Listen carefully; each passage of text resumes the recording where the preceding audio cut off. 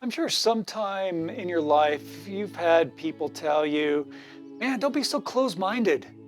Open your mind, man. Be open to different concepts and ideas and that kind of thing. Well, that concept actually makes a lot of sense when it comes to music. And what I wanted to share with you today on Raw and Unfiltered is basically my approach to songwriting and really just for music in general.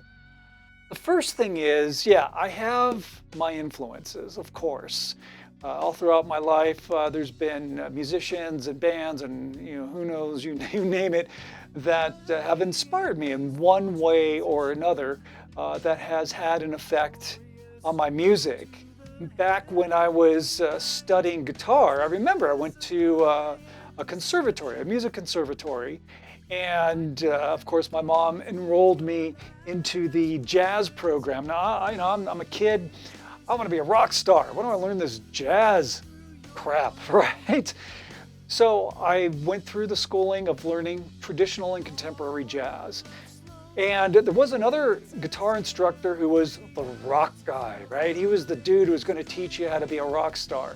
So I actually switched over to study with the rock guy for 1 quarter.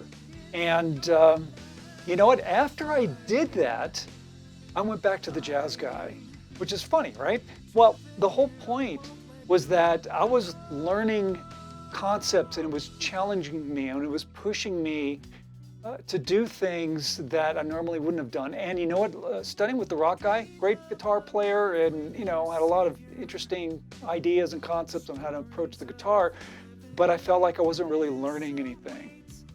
The other thing, just to share with you in regards to how I play music, and which is funny about jazz, because jazz is about improvisation, it's about feeling, it's about understanding. I mean, obviously you got to understand the music theory behind it so that you can do these incredible solos, but the improvisational aspect of jazz is pretty amazing. And that is one thing that I've always struggled with, and that was to just improvise. So if you go to an open mic or to a club and they're like, hey man, it's jam night, come up here and jam. Even if it's a typical blues, I won't do it. I won't do it because I'm very methodical. My brain functions that way. I have to work out every single solo note for note because that's just how my brain operates. So it's funny, I study jazz, yet I suck at improvisation, which is something that I continually, to this day, I'm always working on trying to improve that aspect of my guitar playing. But anyway, having an open mind, expanding your mind, not being closed-minded is a crucial point. And I do want to share with you a couple of things. First of all, let me get set up here. I do want to share with you about some of my influences, of course, but then I want to touch on some other genres of music that have also been influential because I've kept an open mind. And this is the whole point that I wanted to share with you. So the thing is, okay, let me start with this. We'll go with influences. First of all, David Gilmour, of course. Pink Floyd. I'm a huge Pink Floyd fan.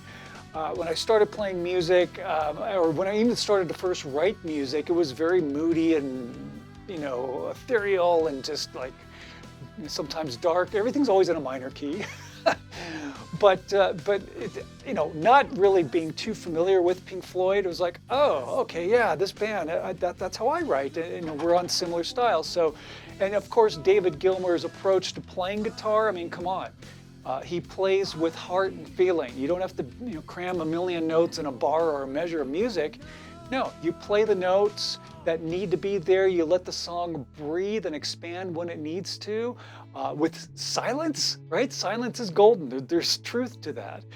But yeah, David Gilmour, huge influence. Pink Floyd, huge influence, of course. Gary Newman, by the way, is another influence for me. Gary Newman, actually, I saw him play way back when The Pleasure Principle was released. That's the album that has Cars on it. And this was obviously later on in his career when I had the chance to actually meet and speak with him and hang out with him and play his guitar, that red little Les Paul that he's had for his entire life. It was cool to play that. But what he was doing back then and still what he does today is pretty cool. And I've always been very influenced by what he did, especially by ushering in the synth age. And he's the guy who did it, by the way. So don't let anybody tell you otherwise. Let's see, who else here? Oh, of course, Jean-Luc Ponty talking about jazz fusion. That's where that aspect comes, and then and progressive bands like Yes. There's John Anderson, lead singer of Yes. Again, big influences there. Genesis, of course, there's some influence there as well. I like ELP, I like Jethro Tull, I like all those old classic rock and fusion guys and progressive rock guys, and even modern day, there are some bands that I do enjoy and listen to. Like these lovely ladies, the girl on, let's see, I guess when you're looking at the picture, it would be on your left. That's Anneke van Giersbergen. Love her, big fan of her when she was the lead singer of the band The Gathering. And she does her own solo stuff. But, again, these bands from the Netherlands are freaking awesome, man. There's a lot of bands, and again, female symphonic rock. Right, that's a thing, and it's really, really great stuff. So I find how she sings and the emotion that she brings just really, really influential. Really influential, that's all I can say. And the lovely lady on the right is Charlotte Wessels. She's doing her own thing now as a solo artist. She's been singing with some of the other singers from other great bands, like she's doing it from, was it not Opeth? Was it Opeth or Lacuna Coil? There's another band that I can't think of right now, but again, great singers. I love those female-fronted, you can call them prog rock bands, I guess. Really good stuff and influential as well, for sure. And then, of course, Linkin Park has been in, I would say just from an emotional standpoint, because I was already writing and performing and doing my whole music thing, but Linkin Park was and is influential in a sense of that emotional aspect. And it was nice to talk with Mike Shinoda for a while about music and just about art and all sorts of great things. And of course, modern day other prog bands that are really good. Well, of course, there's Dream Theater. And the one thing about Dream Theater, which I'm thrilled that first of all, I had the opportunity to meet Mike Mangini, and what comes full circle, and this is what's really cool about being in the business, is that Mike, if you don't know already, is my drummer for the ER album that I'm currently recording right now. And so that's great to be able to work with someone who's like not even from this planet. His drumming is just so freaking awesome. So glad to have that as an influence. But, again, makes sense for what I do musically. I'm a progressive industrial art rock artist. It's how I can categorize what I do as Lane's Lair, because that's what I do as a solo artist. But again, keep an open mind, because I'm also a sponge when it comes to other genres and styles of music. Like I love classical music, movie scores, film scores. There's so many great ideas, and it's funny because a lot of these composers do steal ideas from all the classical composers back in the day, from Bach and Mozart and Rachmaninoff and all those great, Chopin, all of them. Of course, I learned all about that watching Bugs Bunny cartoons. Batch, Rachmaninoff. Anyway, but yeah, keep your mind open.